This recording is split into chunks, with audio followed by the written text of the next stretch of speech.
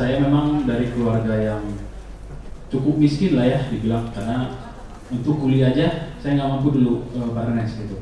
Jadi waktu itu begitu lulus SMA, saya memutuskan untuk merantau ke Jakarta karena nggak ada pilihan lain gitu. Karena saya lihat teman-teman saya di kampung itu 10 tahun, 20 tahun pun tetap gitu aja, tetap dia bertani, ya paling beternak, tapi hidupnya tetap susah teman-teman gitu.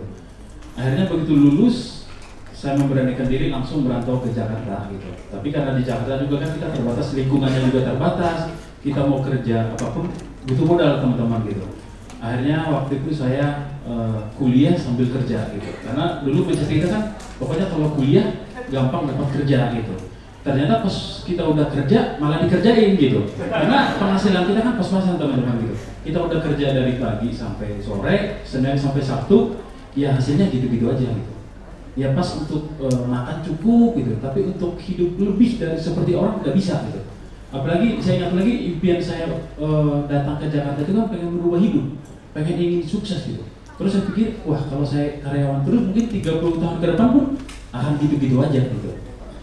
Tapi apa yang terjadi teman-teman, karena kita di waktu saya pribadi waktu karyawan kan kita di zona nyaman gitu. Kita nggak berani untuk ngambil keputusan selain bekerja gitu. Akhirnya yaudah nyaman aja gitu teman-teman gitu.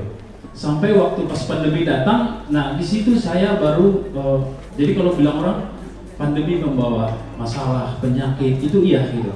Tapi untuk saya pribadi saya ada sedikit bersyukurnya Pak Ernest gitu. Karena justru di situ saya kayak disadarkan gitu bahwa lo nggak bisa hanya kerja aja. Gitu. Kita harus memikirkan bahwa hidup kita ini nggak hanya 2 tahun, 3 tahun gitu. Tapi banyak keluarga kita yang harus kita perjuangkan gitu. Nah itu yang membuat saya, oh ini momen yang tepat untuk saya memulai bisnis gitu.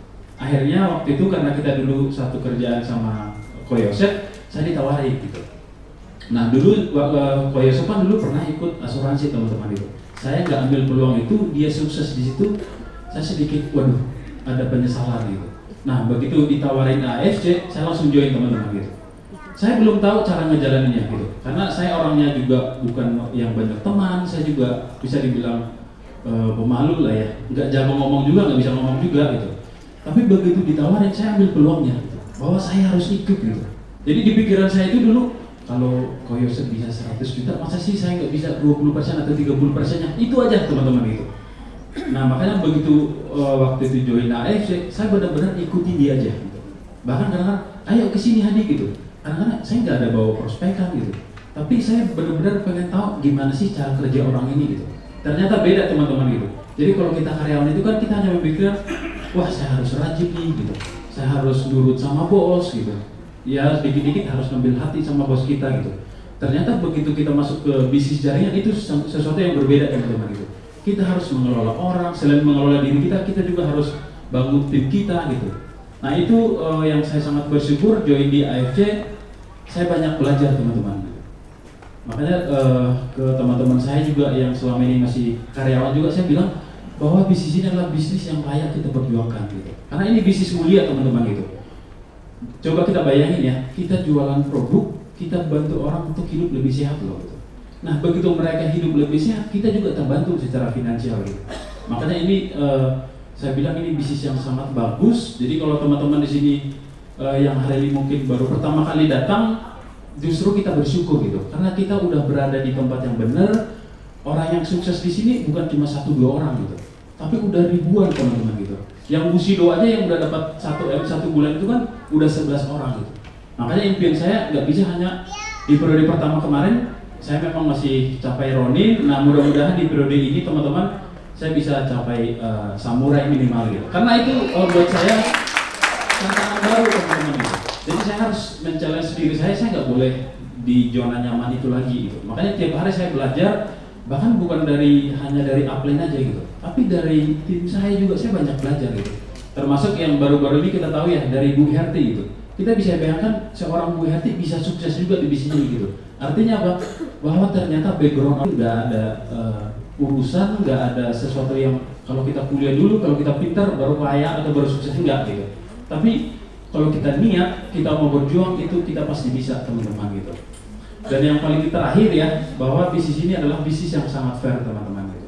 Kenapa saya bilang? Karena bisnis ini nggak ada hubungannya dengan masa lalu kita gitu. Jadi mau kita perempuan, mau kita laki-laki, umur kita berapapun kita bisa gitu. Termasuk kayak saya sendiri nih, saya kan baru join AFC itu kurang lebih 15 bulan teman-teman gitu. Nah dari karyawan kita yang hanya digaji ya berapa juta lah gitu. Nah begitu join AFC saya mengalami pertumbuhan yang sangat luar biasa gitu. Karena di AFC ini 1,5 tahun saya join, itu kalau saya hitung koniciwanya kurang lebih sekitar 650 juta teman-teman gitu. Dan itu merupakan apa ya? Makanya saya bilang saya perlu berproses dan bertumbuh gitu. Jadi bukan seberapa besar kita bertumbuh gitu, tapi yang penting bertumbuh aja tiap hari gitu.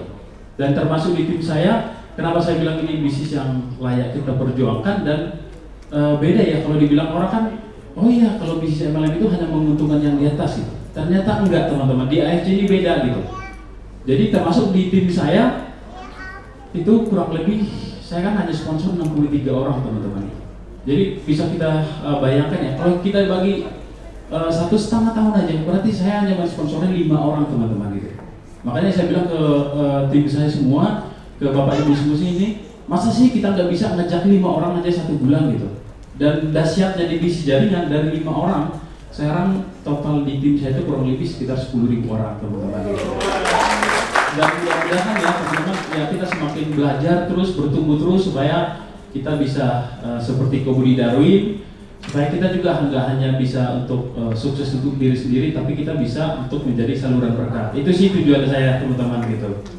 Dan yang terakhir, ini juga nggak benar ya teman-teman, hanya menguntungkan yang di atas, bahwa MLM itu hanya yang di atas saja yang dapat duit, enggak teman-teman gitu. Ini di All Star sendiri, saya punya member di kedalaman kedua ya, Kak Nesta, itu justru bonusnya lebih gede dari saya teman-teman gitu. Jadi bohong kata orang, hanya menguntungkan yang di atas saja, enggak gitu. Jadi di bisnis ini siapa yang kerja paling banyak, siapa yang usahanya paling besar, yang paling konsisten, itu yang paling penting teman, pasti dia akan mendapatkan lebih banyak gitu. Nah tanpa